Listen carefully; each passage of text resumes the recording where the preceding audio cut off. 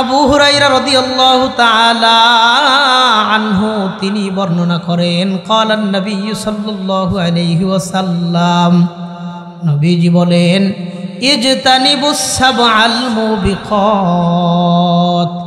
তোমরা 7টা ধ্বংসকারী জিনিস থেকে বেঁচে থাকবা। কয়টা? 7টা জিনিস তোমাদের পরিবারকে ধ্বংস করবে, তোমাদের সমাজকে ধ্বংস করবে, তোমাদের রাষ্ট্রকে ধ্বংস করবে। 7টা জিনিস থেকে তোমরা বেঁচে থাকবা। সাহাবায়ে কেরাম প্রশ্ন করলেন, ক্বালু ওয়া মা হুন্না ইয়া রাসূলুল্লাহ, নবীজি ওই 7টা ধ্বংসকারী জিনিস কি? ওই 7টা ধ্বংসকারী জিনিস সম্পর্কে আমরা জানতে চাই। নবীজি বললেন, 1 নাম্বার আশ-শিরকু বিল্লাহ, তোমরা আল্লাহর সাথে কাউকে শরীক করবা না। 1 নাম্বার শিরিক, শিরিক থেকে বেঁচে থাকবা। কারণ নবীজি বলেন ইন্নাশ শিরকা লাযুলমুন আযীম, শিরিক হলো সবচাইতে বড় মারাত্মক অন্যায়। আল্লাহ শিরিককে ক্ষমা করবেন না। ইন্নাল্লাহা লা ইয়াগফিরু আন ইউশরাকা বিহি ওয়া ইয়াগফিরু মা দুনা যালিকা লিমান ইয়াশা, আল্লাহ শিরিকের গুনাহ কাউরে ক্ষমা করবেন না। শিরিক ব্যতীত যত অন্যায় আছে আল্লাহ চাইলে সমস্ত অন্যায় আল্লাহ ক্ষমা করে দেয়। এই জন্য 1 নাম্বার তোমরা শিরিক করবা না, শিরিক বড় মারাত্মক অন্যায়। শিরিক থেকে তোমরা বেঁচে থাকার চেষ্টা করবা। আল্লাহ আমাদের সবাইকে শিরিক মুক্ত ঈমান, শিরিক মুক্ত আমল আল্লাহ করে যাওয়ার তৌফিক দান করেন, কোন আমিন। নবীজি শিরিক সম্পর্কে কতটা সতর্ক ছিলেন, কতটা উম্মতকে সতর্ক করেছেন, একটা হাদিস থেকে এর প্রমাণ পাওয়া যায়। বুখারী শরীফের 427 নম্বর হাদিসের বর্ণনা, 427 নম্বর হাদিস। হাদিসের বর্ণনাকারী সাহাবী আম্মা জান আয়েশা রাদিয়াল্লাহু আনহা এবং হযরতে আব্দুল্লাহ ইবনে আব্বাস রাদিয়াল্লাহু আনহুমা, 2 জন সাহাবী দুজন বর্ণনা করেন। ওয়া আন আয়েশা রাদিয়াল্লাহু আনহা ওয়া ইবনে আব্বাস রাদিয়াল্লাহু আনহুমা ক্বালা,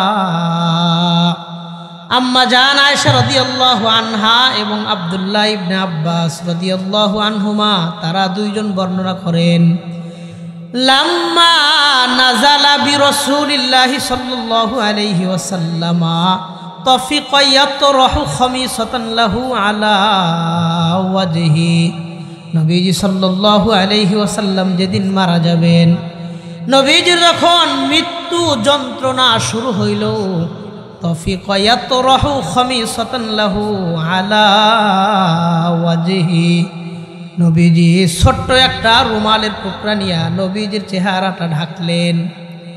নবীজির যখন মৃত্যু যন্ত্রণা শুরু হলো, নবীজি ইন্তেকাল করবেন, তো মানুষের যখন খুব বেশি কষ্ট হয় তখন তার কষ্টটা মানুষের চেহারা দিয়ে প্রকাশ পায়। আপনি পায়ে ব্যথা পাইলে আপনার পায়ের ব্যথার প্রকাশটা চেহারায় ঘটে, কথা ঠিক আছে না? তো নবীজির যখন মৃত্যু যন্ত্রণা শুরু হইতেছিল, নবীজি তাফিকা ইয়াতরাহু খামিসাতান লাহু আলা ওয়াজহি, ছোট্ট একটা রুমালের টুকরা নিয়ে নবীজি চেহারাটা ঢাকলেন। চেহারাটা নবীজি ঢাইকে দিলেন যেন নবীজির কষ্টের বিষয়টা মানুষ কিছুটা বুঝতে না পারে। সাহাবী বলেন, ফাইযা ইগতাম্মা বিহা কাশাফাহা আন ওয়াজহি, নবীজির যখন দম বের হয়ে যাবে, নবীজি যখন ইন্তেকাল করবেন এর সামান্য মুহূর্তে আগে নবীজি চেহারার উপর থেকে রুমালটা সরাইলেন। এতক্ষণ যে চেহারা ঢাইকে রাখছিলেন ওই চেহারার উপর থেকে রুমালটা সরাইলেন। সরানোর পর নবীজি বললেন, ফাকালা ওয়া হুয়া কাযালিকা, নবীজি ইন্তেকালের একটু পূর্ব মুহূর্তে নবীজি বললেন, লানাতুল্লাহি আলাল ইয়াহুদি ওয়ান নাসারা ইত্তাখাযু কুবুর আমবিয়াইহিম মাসাজিদা, ইহুদি আর নাসারাদের উপরে আল্লাহর লানত, কারণ তারা তাদের নবীদের কবরকে সেজদার জায়গা বানাইছে, নবীদের কবরকে তারা মসজিদ বানাইছে। শোনো তোমরা, ফালা তাত্তাখিযু কবরি ঈদান ওয়া মাসজিদা, তোমরা আমার কবরটাকে সেজদার জায়গা বানাইবে না, আমার কবরটাকে মেলা বানাইবে না। ইন্নী আনহাকুম আন যালিকা, আমি তোমাদেরকে এই ব্যাপার থেকে কঠোরভাবে নিষেধ করে গেলাম। আমার কবরটারে সেজদার জায়গা বানাইবে না, আমার কবরকে কেন্দ্র করে মেলা বানাইবে না। এরপরে নবীজি অপর এক হাদিসে বলেন, বরং তোমরা ওয়াসাল্লু আলাইয়া, আমার উপরে বেশি বেশি দরুদ পড়বা। ফাইন্না সালাতাকুম তাবলুগুনি হাইসু কুনতুম, কারণ তোমাদের দরুদ, তোমাদের সালাম পৃথিবীর যে কোনো প্রান্ত থেকেই তোমরা সালাম পাঠাও, ওই সালামটা ফেরেশতার মাধ্যমে আল্লাহ আমি নবীর কবর পর্যন্ত পৌঁছায়া দেন। এই জন্য আমরা দূর থেকে নবীজি সাল্লাল্লাহু আলাইহি ওয়াসাল্লামের উপর বেশি বেশি দরুদ পড়ব। একবার সবাই বলেন তো সাল্লাল্লাহু আলাইহি ওয়াসাল্লাম। নবীজি নিজের কবরকে সেজদার জায়গা বানাইতে মানা করেছেন যেন উম্মত শিরিক না করে। মৃত্যুর পূর্ব মুহূর্ত পর্যন্ত নবী বললেন, শোনো তোমরা আমার কবরকে সেজদার জায়গা বানাইবে না, শিরিক করবে না। আল্লাহ আমাদের শিরিক মুক্ত ঈমান দান করেন, কোন আমিন। এক নাম্বার নবীজি বললেন আশিরকু বিল্লাহ, তোমরা আল্লাহর সাথে কাউকে শরীক করবে না। দুই নাম্বার নবীজি বললেন ওয়াসসিহরু, তোমরা জাদু করবে না, কারণ জাদু তোমাদের দুনিয়াও ধ্বংস করবে, জাদু তোমাদের আখিরাতকেও ধ্বংস করবে।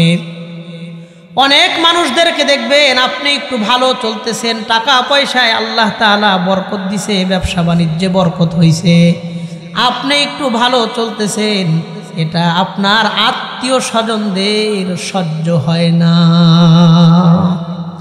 নিজের আত্মীয়, নিজের প্রতিবেশী, নিজের কাছের মানুষ, তাদের বিরুদ্ধে আত্মীয় হইয়া জাদুটোনা করে। কথা কন, হাজার হাজার টাকা নষ্ট করে আর একজনের সংসার ধ্বংস করার জন্য। সুখের সংসারে আগুন জ্বালানোর জন্য মানুষ জাদুবিদ্যা করে, আছে না নাই? কথা কন, আছে না নাই? কম না বেশি? মানুষের মধ্যে হিংসা ব্যাপক। এখন ছেলে সন্তানরা ভালো আছে, জায়গা জমি কিনছে, বাড়ি করছে, এই বিষয়টা তাদের পছন্দ হয় না। শত্রুতা করে মানুষের সুখের সংসারে জাহান্নামের আগুন জ্বালানোর জন্য হিন্দু, বৌদ্ধ, খ্রিস্টান বিভিন্ন কবিরাজদের পিছনে দৌড়ায়া দৌড়ায়া আর একজনের ঘর নষ্ট করার জন্য সে ব্যস্ত। এমন বহুত আত্মীয় স্বজন আছে না নাই?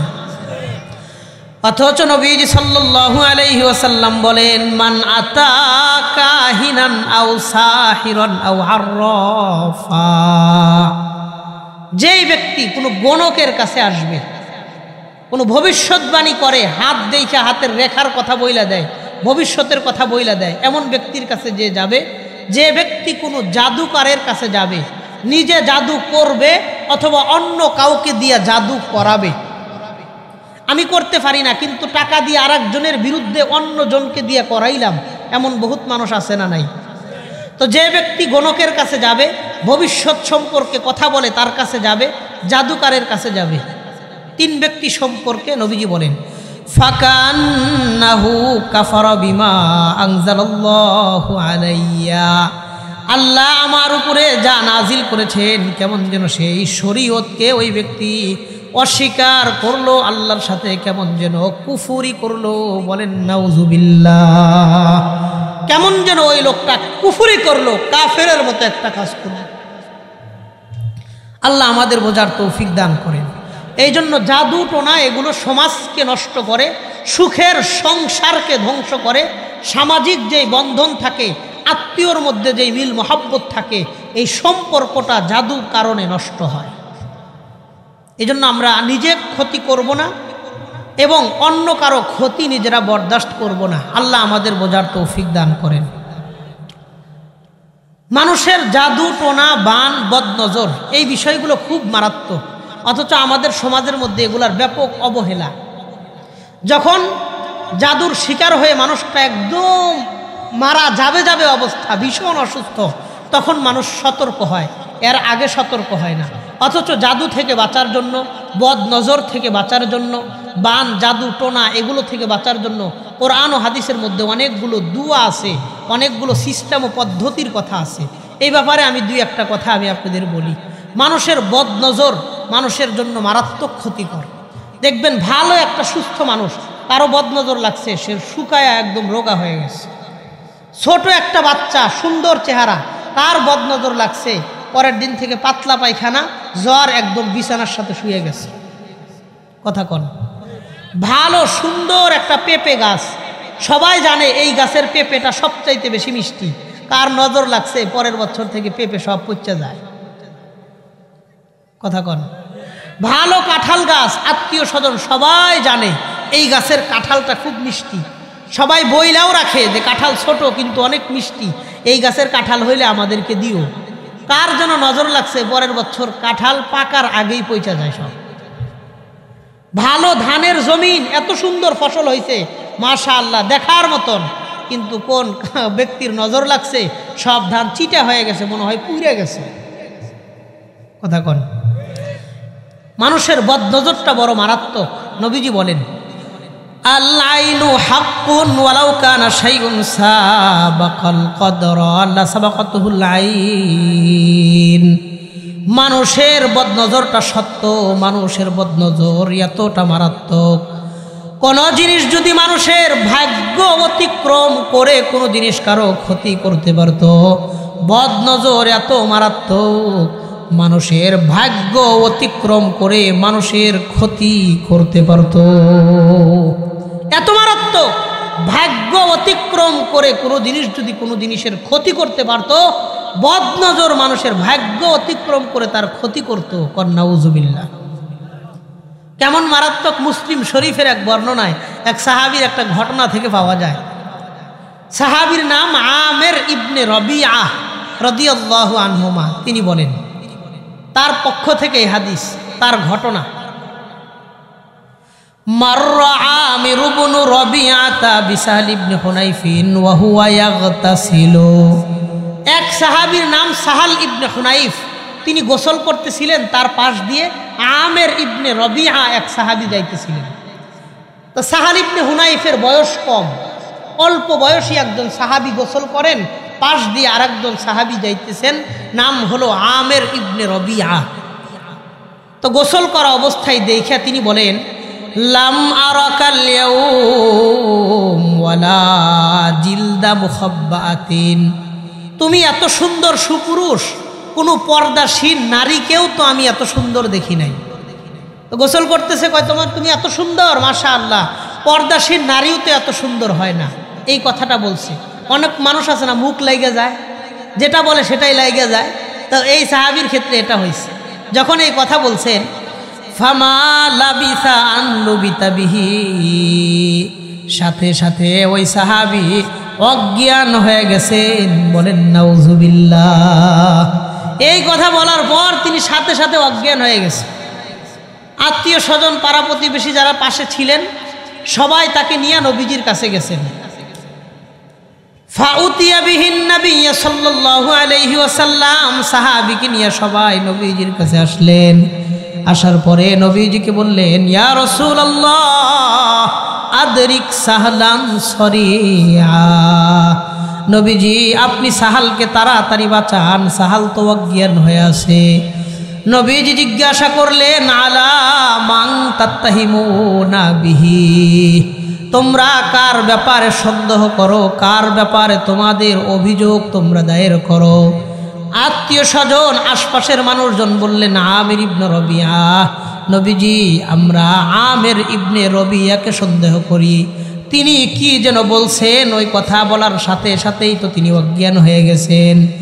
এবার নবীজি আমের ইবনে রবিআকে ডাকলেন। রবিআকে ডাইকা বললেন, আলা মা ইয়াকতুলু আহাদুকুম আখা, তোমরা একজন ভাই আর একজন ভাইয়ের কেন ক্ষতি করতে যাও? এক ভাই আর এক ভাইয়ের কোনো ক্ষতি করবা না।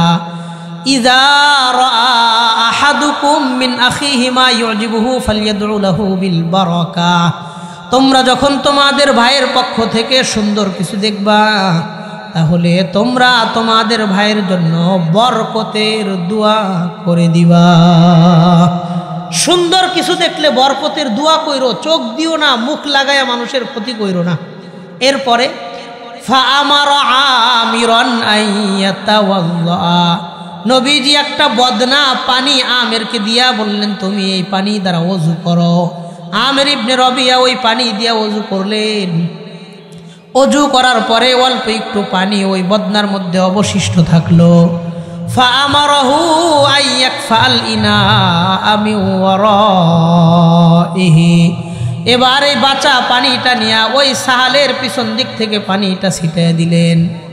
যেই বদনা থেকে ওযু করেছিলেন, ওযুর নিচে কিছু পানি বাঁচা ছিল, ওযু অবশিষ্ট পানিটা নবীজি সাহাল ইবনে হুনাইফের পিছন থেকে ছিটায় দিতে বললেন।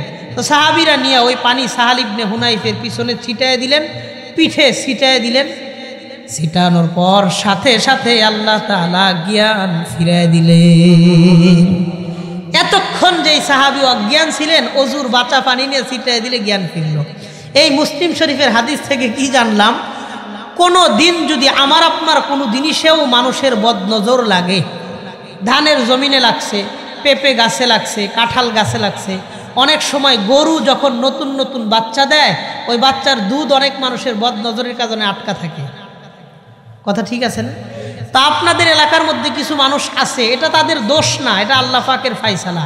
তাদের নজর, তাদের মুখ যারে যা কয় তাই লাইগে যায়। এই জন্য মানুষ আবার এদের কাছ থেকে সতর্ক থাকে, এদের সামনে দিয়ে যায় না। আজরাইলের যেমন ভয় পায়, এর ছোটোখাটো একটা আজরাইলের মতন ভয় পায়। কথা ঠিক আছে না? হ্যাঁ, এই জন্য তাদের কাছ থেকে ওযু করা পানি আইনা ওই পানিটা ওই যেখানে বদনজর লাগছে সেখানে ছিটায় দিবেন। ওই বদনজর দূর করে দিতে পারেন কে? আল্লাহ। এই একটা আমল সম্পর্কে আমরা জানলাম। দুইটা জিনিস জানলাম। এক নাম্বার, ভালো কোনো জিনিস যদি দেখেন তাহলে ওইখানে আমরা তিনটা কথা বলব। খুব সুন্দর একটা জিনিস দেখছেন, ওইখানে তিনটা কথা বলবেন। বলেন কয়টা? এক নাম্বার বলবেন মাশাআল্লাহ, দুই নাম্বার বলবেন আলহামদুলিল্লাহ, তিন নাম্বার বলবেন বারাকাল্লাহ। মাশাআল্লাহ মানে অনেক সুন্দর, আলহামদুলিল্লাহ সমস্ত প্রশংসা আল্লাহর। এই জিনিসটাকে যে এত সুন্দর করে বানাইছেন কে? তা আমি যখন কোনো জিনিসের সম্পর্ক আল্লাহর দিকে করে দিব, ওইখানে আমার বদনজর লাগবে না, কারণ এই সৃষ্টিকার আল্লাহ। এই জন্য আপনার দোকান, খুব সুন্দর একটা দোকান দিছেন, খুব ভালো চলতেছিল, হঠাৎ করে দোকানে শুধু লস আর লস, হিসাব কিতাব মেলে না, এই লস সেই লস, নানান রকমের লস গুনতেছেন। তো আপনার দোকানের সামনে সুন্দর করে তিনটা কথা, যে কোনো একটা কথা দোকানের দরওয়াজার মধ্যে লিখে রাখবেন, মাশাআল্লাহ, আলহামদুলিল্লাহ, বারাকাল্লাহ। সুন্দর ফসল আসছে, ভুট্টার জমিনে খুব সুন্দর ভুট্টা হয়েছে, মরিচের জমিনে খুব সুন্দর মরিচ হয়েছে, পেঁপে গাছে খুব পেঁপে আসছে সুন্দর। একটা কাগজের মধ্যে কম্পিউটারের দোকান থেকে লিখে আনবেন মাশাআল্লাহ, অথবা আলহামদুলিল্লাহ, অথবা বারাকাল্লাহ। এই তিনটা জিনিস যে কোনো একটা আইনা লেখা আপনার ওই প্রতিষ্ঠান, আপনার ওই জমিন, আপনার ওই গাছ, ওই ফল ফলাদির জায়গায় এই কাগজটা টানায় দিবেন। যেই মানুষই দেখবে সবার আগে পড়বে মাশাআল্লাহ, সবার আগে পড়বে আলহামদুলিল্লাহ, সবার আগে পড়বে বারাকাল্লাহ। ওই মানুষের নজর যত ক্ষতিকারক হোক, ওই নজর থেকে আপনার সম্পত্তিকে হেফাজত করবেন কে? আল্লাহ। আর তারপরেও যদি নজর লাইগাই যায়, মনে করেন সুন্দর একটা মোটর সাইকেল কিনছেন, তো একটা স্টিকার টানায় দেন, একটা সিএনজি কিনছেন, পিছনে লেখা রাখেন মাশাআল্লাহ। আমার আপনার খুব বেশি অসুবিধা আছে না লিখলে, কয় টাকা খরচ হবে, কিন্তু এই জিনিসটাকে এটা লিখলে বহু মানুষের বদনজর থেকে হেফাজত হবে, লক্ষ টাকার ক্ষতি থেকে আল্লাহ আপনাকে বাঁচাই দিবে। কথা ঠিক আছে না? এই জন্য এই বিষয়গুলো করবেন। তাহলে আমরা দুইটা জিনিস জানলাম। এক নাম্বার, কোনো দোয়া পড়ব, মাশাআল্লাহ তোমার ফসল অনেক সুন্দর, মাশাআল্লাহ তোমার মোটর সাইকেলটা অনেক সুন্দর। আমরা এই কথাগুলো নিজের পক্ষ থেকে বলবো, আর নিজেরা সতর্ক থাকব, নিজেরাই এই তিনটার কোনো একটা জিনিস আমরা টানায় দিব। দুই নাম্বার, যদি বদনজরের শিকার হয়ে যায়, ওযু করা পানি আইনা তার গায়ের মধ্যে, জিনিসটার মধ্যে আমরা ছিটিয়ে দিব, আল্লাহ হেফাজত করবেন ইনশাআল্লাহ। তিন নাম্বার কথা, হযরত হাসান হুসাইন রাদিয়াল্লাহু আনহুমা, নবীজির দুই নাতি হাসান আর হুসাইন, এই দুইজন সম্পর্কে আব্দুল্লাহ ইবনে আব্বাস রাদিয়াল্লাহু আনহু তিনি বর্ণনা করেন, কানা রাসূলুল্লাহ সাল্লাল্লাহু আলাইহি ওয়াসাল্লাম ইউআউযুল হাসান ওয়াল হুসাইন, নবীজি হযরত হাসান হুসাইনকে ঝাড়ফুঁক করতেন। একটা দোয়া কয়া সকাল সন্ধ্যা ঝাড়ফুঁক করতেন, ফু দিতেন। এবং নবীজি বলতেন, ইন্না আবাকুমা কানা ইউআউযু বিহা ইসমাঈল ওয়া ইসহাক। তোমাদের বাবা ইব্রাহিম নবী, তার দুই সন্তান ইসমাঈল আর ইসহাক আলাইহিমাস সালাম, এই দুইজনকে এই দোয়া পড়ে তিনিও ঝাড়ফুঁক করতেন। তো ইব্রাহিম নবী তার দুই সন্তানকে করতেন, আমাদের নবী তার দুই নাতিকে এই দোয়া পড়ে ফু দিতেন। কি নবীজি বলতেন, আউযু বিকালিমাতিল্লাহিত তাম্মাহ মিন কুল্লি শাইতানিন ওয়া হাম্মাহ ওয়া মিন কুল্লি আইনিন লাম্মাহ। এই দোয়া পড়ে যেই ব্যক্তি নিজের গায়ে ফু দিয়ে দিবে, এই ব্যক্তিকে জাদু টোনা বান বদনজর থেকে আল্লাহ হিফাজত করে নিবেন। তা আমরা এই ছোট্ট দোয়াটা পড়ব। বলেন, আউযু বিল্লাহি বিকালিমাতিল্লাহি আত-তাম্মাহ মিন কুল্লি শাইতানিন ওয়া হাম্মাহ ওয়া মিন কুল্লি আইনিন লাম্মাহ। এর অর্থ হলো, আল্লাহ আমি শয়তানের ক্ষতি থেকে, জিন্নাতের ক্ষতি থেকে, বদ নজরের ক্ষতি থেকে, পোকা মাকড়ের ক্ষতি থেকে আপনার কাছে পানা চাই। এই যে পানা চাইলাম, নবী বলেন এই দোয়াটা এত শক্তিশালী, কোনো ব্যক্তি পরে নিজের গায়ে ফু দিয়ে দিলে এই ব্যক্তিকে জাদু টোনা বান বদ নজর থেকে আল্লাহ কুদরতিভাবে হেফাজত করে নেবেন। আর যারা ছোট ছোট বাচ্চা, ওই ছোট বাচ্চাদেরকে যারা পড়তে পারে না, ওদেরকে পইরা আপনি ফু দিয়ে দিবেন গায়ে। ওরা পড়তে পারে না, স্কুলে যাইতেছে, মেলায় যাইতেছে, বাজারে যাইতেছে, আপনি পইরা ফু দিয়ে দিবেন। আপনার বাচ্চাকেও হেফাজত করবেন কে? এবং নবীজি সাল্লাল্লাহু আলাইহি ওয়াসাল্লাম বলেন, মান ক্বালা হিনা ইয়াখরুজু মিন বাইতিহি বিসমিল্লাহ তাওয়াক্কালতু আলাল্লাহ লা হাওলা ওয়ালা কুওয়াতা ইল্লা বিল্লাহ ইল্লা উকিতা ওয়া উফিতা। নবীজি বলেন, যেই ব্যক্তি ঘর থেকে বের হওয়ার সময় বলবে বিসমিল্লাহ তাওয়াক্কালতু আলাল্লাহ লা হাওলা ওয়ালা কুওয়াতা ইল্লা বিল্লাহ, তিনটা কথা বলবে। আমি আপনি ঘর থেকে বের হওয়ার সময় তিনটা কথা বলবো, বিসমিল্লাহ তাওয়াক্কালতু আলাল্লাহ লা হাওলা ওয়ালা কুওয়াতা ইল্লা বিল্লাহ। বলেন, বিসমিল্লাহ তাওয়াক্কালতু আলাল্লাহ লা হাওলা ওয়ালা কুওয়াতা ইল্লা বিল্লাহ। এই কথা যে ব্যক্তি ঘর থেকে বের হওয়ার সময় বলবে, ইল্লা উকিতা ওয়া উফিতা, নবীজি বলেন এই ব্যক্তিকে আল্লাহ সমস্ত ক্ষতি থেকে হেফাজত করবেন এবং এই ব্যক্তি যেই উদ্দেশ্যে বের হইতেছে ওই উদ্দেশ্যে আল্লাহ তাকে সফলতা দান করবেন। এই জন্য আমরা ঘর থেকে বের হওয়ার সময় এই তিনটা কথা বলে বের হব।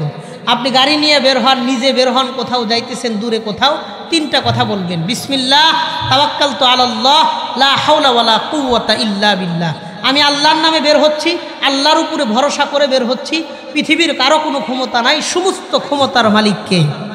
এই তিনটা কথা কয়ে বের হব। বলেন ইনশাআল্লাহ, রাজি আছেন না? ইনশাআল্লাহ আল্লাহ আমাদের সবাইকে মানুষের বদনজর জাদু টোনা থেকে নিজে বেঁচে থাকার, নিজের পরিবার নিয়ে বেঁচে থাকার আল্লাহ তৌফিক দান করেন, কোন আমিন। তাহলে দুইটা কথা গেল, এক নাম্বার তোমরা শিরিক করবা না, দুই নাম্বার জাদু করবা না, জাদুর মাধ্যমে মানুষকে ক্ষতি করবা না। তিন নাম্বার নবীজি বলেন, ওয়াকাতলুন নাফসিল্লাতি হারামাল্লাহু ইল্লা বিল হাক্কি, তোমরা কোনো মানুষকে অন্যায়ভাবে হত্যা করবা না। অন্যায়ভাবে কোনো মানুষ হত্যা করবা না, এটা তোমাদের দুনিয়াকেও ধ্বংস করবে, অশান্তি করবে, আখিরাতকেও ধ্বংস করবে। একজন মানুষকে অন্যায়ভাবে হত্যা করলে দুনিয়ার সমাজটা অশান্তি হয়ে যায়, পুরো দেশ অশান্তি হয়ে যায়, আর আখিরাতের শাস্তি তো আছে। শুধু এটা না, মানুষ হত্যা কত বড় মহাপাপ একটা হাদিস থেকে জানা যায়। নবীজি বলেন, আবু দাউদ শরীফের বর্ণনা, আল্লাহর নবী বলেন, ওয়ামান কতালা উসফুরান আবাসা, যেই ব্যক্তি অন্যায়ভাবে একটা চড়ুই পাখিকে হত্যা করবে। চড়ুই পাখি কি পাখি? যেই ব্যক্তি অন্যায়ভাবে একটা চড়ুই পাখিকে হত্যা করবে, ছোট্ট একটা পাখি চড়ুই পাখিকে অন্যায়ভাবে হত্যা করছে। যেমন আপনার হাতে একটা গুলাল আছে, পাখি একটা বৈশা রয়েছে, আপনি চেষ্টা করলেন দেখি আমার হাতটা কেমন ঠিক আছে, আপনি মারলেন, তাকে খাওয়ার জন্য মারেন নাই, তাকে কোনো কাজে ব্যবহারের জন্য আপনি মারেন নাই, অহেতুক কোনো চড়ুই পাখিকে হত্যা করা হয়েছে। নবীজি বলেন আজ্জা ইলাল্লাহি আজ্জা ওয়া জাল্লা ইয়াউমাল কিয়ামাহ, এই চড়ুই পাখি কিয়ামতের দিন আল্লাহর কাছে মামলা দায়ের করে বলবে, ইয়া রব্বি ইন্না আবদাকা ফুলানা ক্বাদ ক্বাতালানি আবাসা ওয়া লাম ইয়াকতুলনি লিমান ফা, আল্লাহ আপনার অমুক বান্দা আমাকে অন্যায়ভাবে হত্যা করছে, কোনো কল্যাণের জন্য কোনো উপকারের জন্য হত্যা করে নাই, আমি আপনার কাছে মামলা দায়ের করলাম। নবীজি বলেন যতক্ষণ পর্যন্ত এই হত্যার বিচার না হবে ততক্ষণ পর্যন্ত ওই ব্যক্তি আল্লাহর জান্নাতে প্রবেশ করতে পারবে না। একটা চড়ুই পাখি হত্যার যদি বিচার হাসরের মাঠে হয়, যারা নির্বিচারে 2000 ছাত্রকে এই 15-16 দিনে হত্যা করছে, তাদের বিচার দুনিয়াতে এবং আখিরাতে হবে ইনশাআল্লাহ। ঠিক আছে না ইনশাআল্লাহ? হ্যাঁ, তো চড়ুই পাখিকেও অন্যায়ভাবে হত্যা করতে নবী নিষেধ করেছেন এবং বলেছেন যে অন্যায়ভাবে খাওয়ার জন্য যদি হত্যা করেন আপনি মাইরা খাইবেন, অসুবিধা নাই, এটা আপনার জন্য আল্লাহ হালাল করেছেন, আপনি একটার জায়গায় 5টা মাইরা খান, অসুবিধা নেই, কিন্তু অন্যায়ভাবে হত্যা করা যাবে না। আল্লাহ আমাদের বোঝার তৌফিক দান করেন। অহেতুক হত্যা করা যাবে না। তাহলে 3 নাম্বার কথা, 1 নাম্বার শিরিক কইরো না, এটা দুনিয়াতেও অশান্তি হবে, আখিরাতেও অশান্তি হবে। 2 নাম্বার তোমরা জাদু কইরো না, দুনিয়ার সমাজটা অশান্তি হবে, হাসরের মাঠটা অশান্তি হবে। 3 নাম্বার অন্যায়ভাবে কাউকে হত্যা করিও না, এটা তোমাদের সমাজেও অশান্তি হবে, হাসরেও অশান্তি হবে। 4 নাম্বার নবীজি বলেন ও আকলুর রিবা, তোমরা সুদ খাইবা না, সুদ তোমাদের সমাজে অশান্তি করবে, হাসরের মাঠেও সুদ তোমাদের জন্য অশান্তি করবে। সুদ তোমরা খাইবা না। আমাদের সমাজের মধ্যে দেখবেন সুদ এতটা ব্যাপক আকার ধারণ করছে, এখন মানুষের কাছে ঋণ চাইলে কেউ ঋণ দেয় না, সুদ চাইলে দেওয়ার লোকের অভাব নাই। এই সাউন আগে যেভাবে ছিল ওইভাবেই রাখেন, হঠাৎ সাউন এভাবে হইল কেন?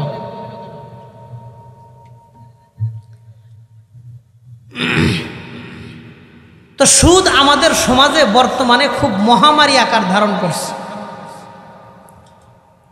মনে করেন আপনার এক আত্মীয় হাসপাতালে মারা যাইতেছে, হ্যাঁ মারা যাইতেছে, অসুস্থ, আইসিইউতে আছে, আপনি কারো কাছে ঋণ চাইলেন, সে ঋণ দিবে না, সুদ চাইলে দেওয়ার লোকের অভাব নেই। কেমন যেন মানুষের আত্মার চাইতে, জীবনের চাইতে তার টাকার মূল্য তার কাছে বেশি। কথা কন? হ্যাঁ, সুদ এত মারাত্মক রূপ সমাজে ধারণ করছে। হাজী সাহেব হজ করে এসে সুদের ব্যবসা করে, মসজিদের সভাপতি, এতে বিশাল বড় মসজিদের সভাপতি, যত বড় মসজিদ তার সভাপতি তত বড় সুদের ব্যবসায়ী। এই জন্য সুদ বড় মারাত্মক অন্যায়। সুদ কতটা মারাত্মক বিষয় আমি কয়েকটা কথা সুদ সম্পর্কে একটু বলার চেষ্টা করি। কোরআনে কারিমের মধ্যে আল্লাহ তাআলা বলেন, সূরা বাকারা 275 নম্বর আয়াত, আল্লাহ বলেন যারা দুনিয়াতে সুদ খাবে তাদের ব্যাপারে আল্লাহ বলেন, فَإِن لَّمْ تَفْعَلُوا فَأْذَنُوا بِحَرْبٍ مِّنَ اللَّهِ وَرَسُولِهِ। যারা সুদ খাবে তারা হাসরের মাঠে আল্লাহ এবং আল্লাহর রাসূলের বিরুদ্ধে তাদেরকে যুদ্ধ করতে বলা হবে। বলেন নাউজুবিল্লাহ। উমদাতুত তাফসীর 1 নম্বর খণ্ড 330 নম্বর পৃষ্ঠা, আব্দুল্লাহ ইবনে আব্বাস থেকে একটা রিওয়ায়াত আসছে, তিনি বলেন, ইউকালু লিআকিলির রিবা ইয়াউমাল কিয়ামা, কিয়ামতের দিন সুদখোরকে আল্লাহ তাআলা বলবেন, খুয সিলাহাকা লিল হারবি মাআল্লাহি ওয়া রাসূলিহি, তুমি তোমার অস্ত্র নাও, অস্ত্র নিয়া আল্লাহ আর রাসূলের বিরুদ্ধে যুদ্ধ শুরু করে দাও। বলেন নাউজুবিল্লাহ। 2 নম্বর কথা, আল্লাহ তাআলা বলেন যারা দুনিয়াতে সুদ খাবে, লা ইয়াকুমুনা ইল্লা কামা ইয়াকুমুল্লাযী ইয়াতাখাব্বাতুহুশ শাইতানু মিনাল মাস। সুদখোর ব্যক্তি হাসরের মাঠে পাগল হয়ে আল্লাহর দরবারে উঠবে। 1 নাম্বার তাদেরকে আল্লাহর বিরুদ্ধে যুদ্ধ করতে বলা হবে। 2 নাম্বার এই মানুষরা হাসরের মাঠে পাগল হয়ে উঠবে। 3 নাম্বার নবীজি সাল্লাল্লাহু আলাইহি ওয়াসাল্লাম বলেন, ইউবআসু আকিলুর রিবা ইয়াউমাল কিয়ামাতি মাজনুনুন ইউখনাকু। একজন সুদখোরের গলার মধ্যে আল্লাহ তাআলা লোহার বেড়ি পরায়া পিছন দিক থেকে টেনে টেনে কবর থেকে হাসর পর্যন্ত আল্লাহ তাকে উঠাইবেন। বলেন নাউজুবিল্লাহ। মাজনুনুন ইউখনাকু, ইউখনাকু মানে খ্যাক খ্যাক শব্দ করবে। গলার মধ্যে কোনো জিনিস দিয়ে চাপ দিলে যেমন মানুষ খ্যাক খ্যাক করে, এই লোকটাকেও কবর থেকে হাসরের মাঠ পর্যন্ত গলার মধ্যে লোহার বেড়ি পরায়া পিছন দিক থেকে টাইনা টাইনা হাসরের মাঠে আল্লাহ উঠাবে, আর এই লোকটা খ্যাক খ্যাক শব্দ করতে থাকবে। নাউজুবিল্লাহ। সুদ এত মারাত্মক নাই। 4 নাম্বার কথা নবীজি বলেন, মা মিন কওমিন ইয়াজহারু ফীহিমুর রিবা ওয়াজ জিনা ইল্লা ক্বাদ আহাল্লু বিআনফুসিহিম আযাবাল্লাহ। যে এলাকার মধ্যে সুদ আর জিনা ব্যভিচার ব্যাপক আকারে হয়, ওই এলাকার মধ্যে আল্লাহর পক্ষ থেকে আযাব গজব আসতে থাকে। একের পর এক আযাব আর গজব তারা ত্বরান্বিত করে নিয়ে আসে। সুদ আর জেনা যে এলাকার মধ্যে ব্যাপক হয়, আল্লাহ আমাদের এলাকাকে আল্লাহর আযাব ও গজব থেকে হেফাজত করেন। কোন আমিন। এই গেল 4 নাম্বার কথা। 5 নাম্বার কথা নবী বলেন, ইযা যাহারা জিনা ওয়ার রশা ওয়ার রিবা ফি ক্বরিয়াতিন ইল্লা উখিযু বিসসানা। যে এলাকার মধ্যে ঘুষ, সুদ, জেনা এই 3টা জিনিস ব্যাপক আকারে হয়, ওই এলাকায় আল্লাহ তাআলার পক্ষ থেকে দুর্ভিক্ষ দিয়ে দেন। সব জিনিসে আল্লাহ বরকত কমায় দেন, বরকত নষ্ট করে দেন। এলাকার কোনো জিনিসে বরকত থাকে না, বরকত আল্লাহ নষ্ট করে দেন। যেমন আগের যুগে দেখতেন, আগে একটা লাউ গাছে যেই পরিমাণ লাউ আসতো, বর্তমান সমাজের একটা লাউ গাছে ওই পরিমাণ লাউ আসে না। একটা সিম গাছে যেই পরিমাণ সিম আসতো, বর্তমানে একটা সিম গাছে ওই পরিমাণ সিম আসে না। আগে খাল, বিল, নদী নালায় যেই পরিমাণ মাছ পাওয়া যাইত, বর্তমানের খাল, বিল, নদী নালায় ওই পরিমাণ মাছ পাওয়া যায় না। আগে যেমন মাছ পাওয়া যাইতো, এখন মাছ পাওয়া যায় না। আগে আমরা কোনোদিন শুনি নাই যে বাচ্চা হয়েছে, বাচ্চা মায়ের বুকের দুধ পায় না। এখন প্রত্যেকটা গ্রামগঞ্জে এমন হয়েছে, বাচ্চা মায়ের বুকের দুধ খাইতে পারে না। মা ডাক্তারের কাছে গিয়া ঔষধ আনে, ঔষধ আয় না, ঔষধ খাইলে বাচ্চা মায়ের বুকের দুধ খাইতে পারে। মা ঔষধ খাওয়া বন্ধ করে দিলে বাচ্চা মায়ের বুকের দুধ পর্যন্ত খাইতে পারে না। কথা কন। এই যে প্রাকৃতিক সম্পত্তি থেকে বরকতগুলো নষ্ট হয়ে যাইতেছে, কারণ কি? খোঁজ নিয়ে দেখবেন এলাকার মধ্যে সুদ ব্যাপক আকার ধারণ করছে। এই জন্য আল্লাহ বরকত আস্তে ধীরে কমায় দিতেছে। 5 নাম্বার কথা জানলাম, সুদ যেই সমাজে ব্যাপক হবে, ওই সমাজের প্রত্যেকটা জিনিস থেকে আল্লাহ বরকত কমায় দিবে। এই জন্য দেখবেন আগে মানুষের বেতন কম ছিল, কিন্তু টেনশনও কম ছিল, সংসারটা খুব সুন্দর চালাইতে পারত। এখন মানুষের বেতন বাড়ছে, বলেন তো টেনশনটা কমছে না বাড়ছে? আগের তুলনায় পরিবার চালানোটা সহজ হয়েছে না আরও কঠিন হয়েছে? আরও কঠিন হয়েছে। আল্লাহ আমাদের বোঝার তৌফিক দান করেন। 6 নাম্বার কথা নবীজি সাল্লাল্লাহু আলাইহি ওয়াসাল্লাম বলেন, আতাইতু লাইলাতান উসরিয়া বি আলা কওম বুতুনুহুম কাল বুয়ুত ফিহা আল হাইয়াতু তুরা মিন খারিজি বুতুনিহিম। নবীজি বলেন, একদিন আমাকে রাত্রিবেলায় জিবরাইল আমিন নিয়ে যাইতেছিলেন, অর্থাৎ মেরাজের রজনীতে জিবরাইল আমিনের সাথে আমি রাস্তা দিয়ে যাচ্ছিলাম। হঠাৎ পাশে দেখি বিশাল বড় একটা কওম, বহুত মানুষ, বুতুনুহুম কাল বুয়ুত, তাদের পেটটা বিশাল বড় ঘরের মতন আল্লাহ বানাইছে। ফিহা আল হাইয়াতু তুরা মিন খারিজি বুতুনিহিম, এই পেটের মধ্যে বিশাল বড় বড় সাপ আল্লাহ নিযুক্ত করেছেন। এই সাপ তাদেরকে পেটের মধ্য থেকে দংশন করতেছে। এই সাপ যে তাদেরকে কামড় দিতেছে, এটা বাহির থেকে দেখা যাইতেছে। নাউজুবিল্লাহ। আল্লাহর নবী জিজ্ঞাসা করলেন, মানহা উলা ইয়া জিবরিল, জিবরাইল আমিন, এই মানুষগুলা কারা? তাদের পেটের মধ্যে সাপ নিযুক্ত করা হয়েছে, সাপ তাদেরকে দংশন করতেছেন, কারণ কি? নবীজিকে উত্তর দিয়ে জিব্রাইল আমিন বললেন, হা উলাই আকালাতুর রিবা ইয়া রাসূলুল্লাহ। নবীজি, এই সমস্ত মানুষরা দুনিয়াতে সুদ খাইতো, এই জন্য তাদের পেটের মধ্যে আল্লাহ বিশাল বড় সাপ নিযুক্ত করে দিয়েছেন। নাউযুবিল্লাহ। সুদখোর ব্যক্তিকে মরণের পর থেকে কিয়ামত পর্যন্ত তার পেটের মধ্যে বিশাল বড় বড় সাপ আল্লাহ নিযুক্ত করে দিবেন। এই জন্য আমরা কয়টা কম খাবো, একটু কম পড়বো, কম বিলাসিতা করব। 1 পয়সা হারাম খাবো না, সুদ খাবো না, বলেন ইনশাআল্লাহ। আমি আপনি যদি নিয়ত করি তো হালাল পথে জীবন যাপন করা সহজ করে দিবেন কে? আর আমি আপনি যদি আজীবনে নিয়তই না করি তাহলে আল্লাহ কোনো দিন আমার জন্য বিষয়টা সহজ করবেন না। আল্লাহ নিজে বলেন, ইন্নাল্লাহা লা ইউগাইয়িরু মা বিকওমিন হাত্তা ইউগাইয়িরু মা বিআনফুসিহিম। কোনো জাতি যতক্ষণ পর্যন্ত নিজের মনের ইচ্ছা শক্তিকে পরিবর্তন না করে ওই জাতির অবস্থাকে আল্লাহ ততদিন পরিবর্তন করেন না। এজন্য আমি আর আপনি যদি প্রথমে নিয়ত করি তারপরে বাকি পথ সহজ করে দিবেন কে? আর আমি আর আপনি জীবনে নিয়তই করলাম না, তাহলে আজীবন এই পথে থাকলে আল্লাহ আমাদের ওই হারাম পথেই চালাইবেন, কোনোদিন হালাল পথে বরকত দিবেন না। আল্লাহ আমাদের বোঝার তৌফিক দান করেন। এই গেল 6 নম্বর কথা।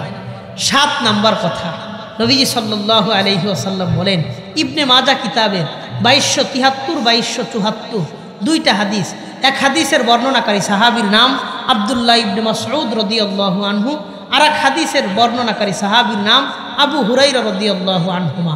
2 জন সাহাবী একটা হাদিস বর্ণনা করে তারা বলেন, ইন্নালির রিবা সাবউনা দারাজা ওয়া ফি রিওয়ায়াতিন সালাসাতু ওয়া সাবউনা হুবা। সুদের 70টা, আর এক হাদিসের মধ্যে বলা হয় সুদের 73টা ক্ষতি আছে। আইসারুহা আইয়ান কিহার রাজুলু উম্মা। কোনো মানুষ নিজের মার সাথে জেনা ব্যভিচার করা যতটা অন্যায়, সুদ খাওয়া তার চাইতেও মারাত্মক অন্যায়, বলেন নাউযুবিল্লাহ। নিজ মার সাথে জেনা ব্যভিচার করা যতটা মারাত্মক লেভেলের অন্যায়, সুদ খাওয়া তার চেয়ে মারাত্মক অন্যায়, কর নাউযুবিল্লাহ। এই জন্য আমরা মায়ের সন্তান, জেনে বুঝে 1 টাকা আমরা সুদ খাবো না, এই নিয়ত করে এই মজমা থেকে বিদায় নিব, বলেন ইনশাআল্লাহ। আল্লাহ আমাদের সবাইরে সহজ করেন, কবুল করেন, কন আমিন। 8 নম্বর কথা, নবীজি বলেন, যেই লোকটা সুদ খাবে এই লোকটা মরণের পর থেকে কিয়ামত পর্যন্ত রক্তের নদীর মধ্যে লোকটা সাঁতার কাটতে থাকবে, কন নাউযুবিল্লাহ। বুখারীতে বিশাল বড় হাদিস আসছে, বিশাল লম্বা, 7047 নম্বর হাদিস, 1385 নম্বর হাদিস, 2086 নম্বর হাদিস, অনেক লম্বা লম্বা হাদিস আসছে। নবীজি বলেন, লোকটা সাঁতার কেটে কিনারায় যাবে, ফায়াফ গরুলাহু ফাহু ফায়ুলকিমাহু হাজারা, মুখ বরাবর পাথর নিক্ষেপ করবে, আবারও মাঝখানে চলে যাবে, অন্য পাশ দিয়ে যাওয়ার চেষ্টা করবে, আবারও পাথর মেরে লোকটাকে মাঝখানে পাঠিয়ে দেওয়া হবে। নবীজি জিজ্ঞাসা করলেন, মান হাযা? সুবহানাল্লাহ। আশ্চর্যের বিষয়, এই লোকটাকে, তাকে এই নির্মম শাস্তিটা কেন দেওয়া হইতেছে? নবীজিকে উত্তর দিয়ে বলা হবে, হাযা আকিলুর রিবা ইয়া রাসূলুল্লাহ। নবীজি, এই লোকটা দুনিয়াতে সুদের চুক্তি নিয়ে মারা গেছে, এই কারণে মরার পর থেকে কিয়ামত পর্যন্ত রক্তের নদীর মধ্যে লোকটাকে সাঁতার কাটানো হইতেছে। আল্লাহ আমাদের বোঝার তৌফিক দান করেন। আমার খুব কষ্ট লাগে, অনেক মানুষদেরকে দেখবেন ভ্যান চালায়, অটো চালায়, রিক্সা চালায়, খুব পরিশ্রম করে, মানুষের খেতে কাজ করে, কামলা দেয়, দিনমজুর।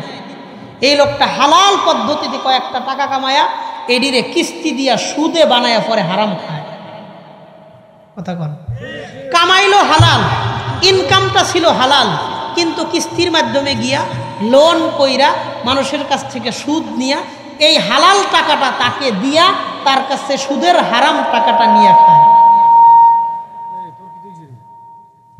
হ্যাঁ, সাউন্ড তুমি এক জায়গায় রাখো, তোমার লাড়াচাড়া করা লাগবে না, মেকারি করো না। এই জিনিসটা বড় কষ্টের। 10 বছর প্রবাসে থাকছে, বিদেশ থাকছে, হাজার কষ্ট করছে, ঝড় বৃষ্টি রোদ কিচ্ছু মানছে না। গাড়ির মধ্যে যেখানে গরম লাগে, আরবের, সৌদি আরবের, দুবাই, কাতার, কুয়েত, বাহরাইন, ওমান, সৌদি, কত কষ্ট। গাড়ির মধ্যে এসি চলা অবস্থায় গরম লাগে, এই জায়গায় প্রবাসীরা রাস্তার মধ্যে রৌদ্রের মধ্যে দাঁড়ায় কাজ করে। কথা ঠিক আছে না? অসুস্থ যখন ঔষধটা পর্যন্ত মানুষের খাওয়ায়া দেওয়ানোর দরকার, বাড়িতে থাকলে এমন অসুস্থ লোকজন ওষুধ খাওয়ায়া দেয়, আব্বা আম্মা বিবি বাল বাচ্চারা ওষুধ খাওয়ায়া দেয়, ওই প্রবাসে নিজের রান্নাটা নিজে করে খাওয়ান লাগে। 5 মাস 7 মাস যাবত অসুস্থ, ডাক্তার দেখায় না। কারণ কি? এই দেশে ডাক্তার দেখাইলে খরচ বেশি, 2-1 মাস পরে আমি দেশে যাবো, তখন গিয়ে ডাক্তার দেখাবো। হাজার রোগ নিজের শরীরের মধ্যে প্রবাসীরা রাইখা খুব কষ্ট করে দাঁতে কামড় দিয়া নতুন জামা কেনে না, নতুন পায়জামা বানায় না, নতুন জুতা কেনে না, ওই দেশে আসার সময় 2 সেট কিনে লইয়া আসে। আর দেশের পুরানডি লইয়া বিদেশে গিয়া খুব কষ্টে জীবনযাপন কইরা 10 বছরে বেশ কিছু টাকা ব্যাংকে রাখছে। এখন ওই ব্যাংকের টাকা থেকে প্রত্যেক মাসে 30,000 টাকা সুদ পায়, ওটা দিয়ে সংসার চলে। তো 10 বছর এই হালাল কামায় আমার কি লাভ হইল বলেন? 10 বছর আমি হালাল কামাইলাম পরিশ্রম করে, আমার কি লাভ হইল যদি আমার ফ্যামিলি, আমার পরিবার, আমি যদি সুদের টাকায় চলি? আল্লাহ আমাদের বোঝার তৌফিক দান করেন। কেমন যেন আমার বাড়ির গায়ের দুধ আমি বাজারে নিয়ে বিক্রি করে মদ কিনে আয়না খাইলাম। কথা বলেন? হ্যাঁ, এটা সুন্দর একটা হালাল জিনিস আল্লাহ আমারে দিচ্ছেন, গায়ের দুধ। এই হালাল জিনিসটারে আমি বিক্রি করে বাজারের থেকে মদ কিনে আয়না আমি খাইলাম। বিষয়টা এমন হইল না, আমার হালাল টাকা ব্যাংকে জমা রাইখা ওই হারাম বানায় আমি সুদ নিয়ে চলতেছি। আল্লাহ আমাদের বোঝার তৌফিক দান করেন। এই জন্য আপনি কন যে নিজের টাকা তো নষ্ট হইব, ব্যাংকে রাখলে কিছু টাকা পামো না, এই কথাটা চিন্তা করেন না। কারণ আমি দুনিয়া সাজানোর জন্য আমার আখিরাতকে ধ্বংস করতে পারি না। দুনিয়াতে কয়দিন ভালো থাকার জন্য আমার আখিরাত ধ্বংস হয়ে যাইতেছে, কিন্তু ওইদিকে কোনো পরোয়া নাই। কেমনে দুনিয়াতে আরেকটু আগানো যাইব, আরেকটু আগানো যাইব, আরেকটু আগানো যাইব, ওই ফিকির নিয়ে আমরা খুব ব্যস্ত। আমি একটা কথা বলি শোনেন, দুনিয়ার সম্পর্কে আল্লাহ বলেন, অমাল হায়াতুদ দুনিয়া ইল্লা মাতাউল গুরুর। দুনিয়া হলো একটা ধোঁকা, পুরা দুনিয়ার জিন্দেগিটাই হলো একটা ধোঁকা। আল্লাহ এটা বলছে। আপনি দুনিয়ার দিকে যত যাইবেন দুনিয়া আপনাকে তত দূরে লয়ে যাইব, আখিরাত থেকে তত দূরে সরাই দিব। শুধু একটা কথা আমি বলি, আল্লাহ যদি আমাকে আপনাকে 500 বছর হায়াত দেন, কত বছর? 500 বছর যদি আমাকে আল্লাহ আপনি হায়াত দেন, আমাকে আপনাকে যদি আল্লাহ হায়াত দেন, যেদিন মারা যাব 500 বছর পরে, দেখবেন ওই দিনও আমার অনেক কাজ বাকি, ওই দিনও আমার অনেক স্বপ্ন বাকি, এখনো এটা করা হয় নাই, এখনো বিল্ডিংয়ের ছাদটা ঢালাই দেওয়া হয় নাই। এই জন্য মানুষকে হায়াত দিয়ে আল্লাহ সন্তুষ্ট করতে পারবেন না। মানুষ কখনো হায়াত নিয়ে সন্তুষ্ট হবে না, মানুষ কখনো সম্পত্তি নিয়ে সন্তুষ্ট হবে না। যার যত সম্পত্তি আছে, বাড়ি 2টা আছে, সে চিন্তা করে কেমনে 4 নাম্বারটা করা যায়। বাড়ি 6টা আছে, সে চিন্তা করে শহরে আরেকটা বাড়ি কিভাবে কেনা যায়। জমিন 20 বিঘা সম্পত্তি আছে, সে চিন্তা করে কেমনে আরো 2 বিঘা বানানো যায়। কথা কন? হ্যাঁ, এই টেনশনটা মানুষের থাকে। এই জন্য আমাদের ওস্তাদ আমাদের একটা কথা বলতেন যে দুনিয়া হলো একটা ছায়ার মতন। আমি আপনি রোদ্রে দাঁড়াইলে একটা ছায়া আসে না, নিজের একটা ছায়া তৈরি হয়। আমি আপনি যদি গইরা ওই ছায়ার দিকে হাঁটা শুরু করি, আপনি কিয়ামত পর্যন্ত দৌড়ান, ছায়ার আগে যাইতে পারবেন না। যত স্পিডেই দৌড়ান, আপনি আপনার ছায়াকে ওভারটেক করতে পারবেন না।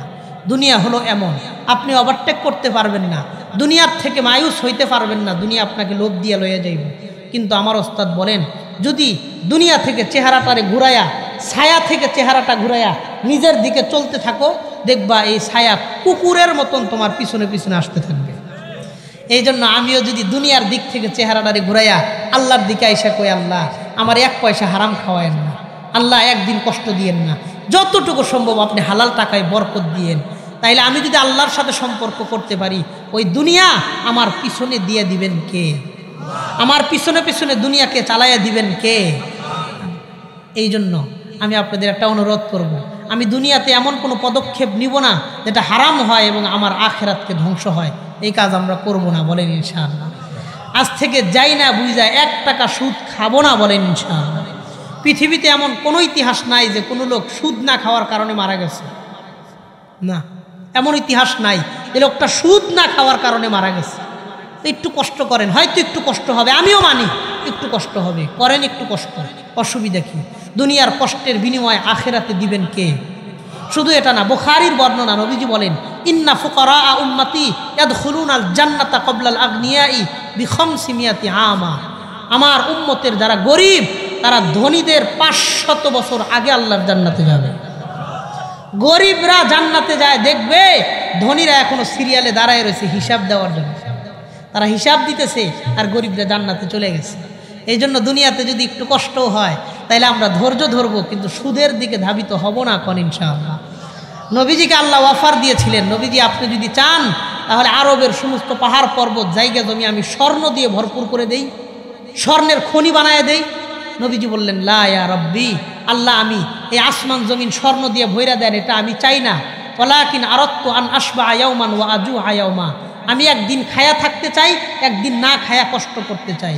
যেদিন খাবো ফাশাকারতুল্লাহ, ওই দিন আল্লাহর শুকরিয়া আদায় করব। যেদিন খানা পাবো না, ক্ষুধার্ত থাকবো, ফাসাবারতু আলাইহি, আমি ওই ব্যাপারে আল্লাহর কাছে ধৈর্য ধারণ করব। আর আমি জানি আপনি ধৈর্যশীল বান্দাকেও পছন্দ করেন, শুকুরগুজার বান্দাকেও পছন্দ করেন।